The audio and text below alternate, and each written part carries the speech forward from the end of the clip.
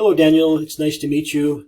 First of all, I hope you're doing well under all these circumstances.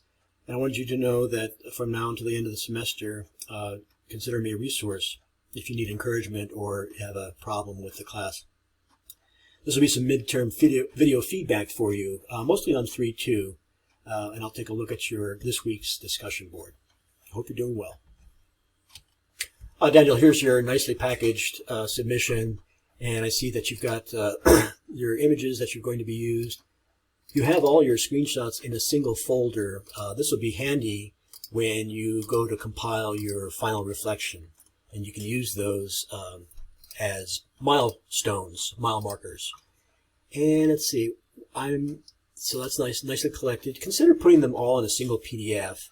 I mean, you're going to make a complete document with those as illustrations for your final reflection.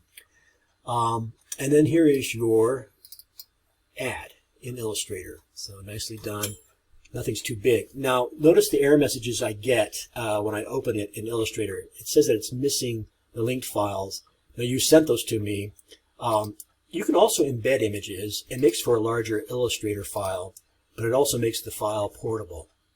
So I'm going to open it up in Acrobat so I can see your images, but for now I'm just going to take a look at the file structure. And I see that you've got everything on the requisite layers, and I can turn them on or off. You might consider labeling your layers, and that might be useful in the future if you come back to this. This is Cody Tucker's. I'm just waiting to upload your AI file. So this is the JPEG you provided in the discussion board, and it looks like you might have the page size set for 8.5 by 17. 17 or 14, that's the legal size. Anyway, I'm not sure what this is here, but this should be the live area of your page. I like your selection of photographs.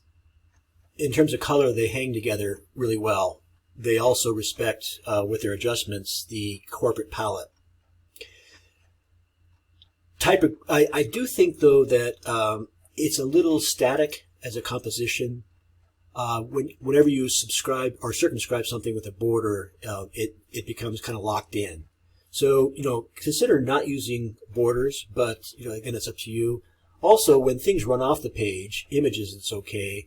It makes for a more dynamic arrangement. That's called bleeding, when you bleed something off the page. Obviously, you can't get too close to the page edge with type because, pages on magazines, they're trimmed, and you don't want to lop off any of the characters.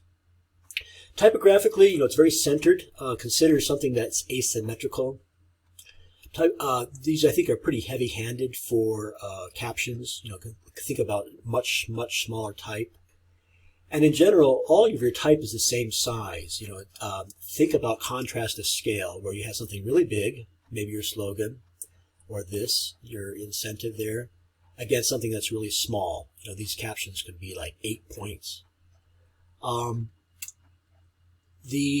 Consider other arrangements too with the type that aren't centered. Flush left, rag right is a modern way to arrange type.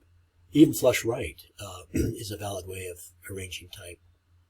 You have all the ingredients. I encourage you to sketch now that you can move them around. You're proficient at importing photographs into shapes. Any shape, any linear shape, vector shape can be filled with anything really, texture, photographs, solid colors, as you see. So it's a good job.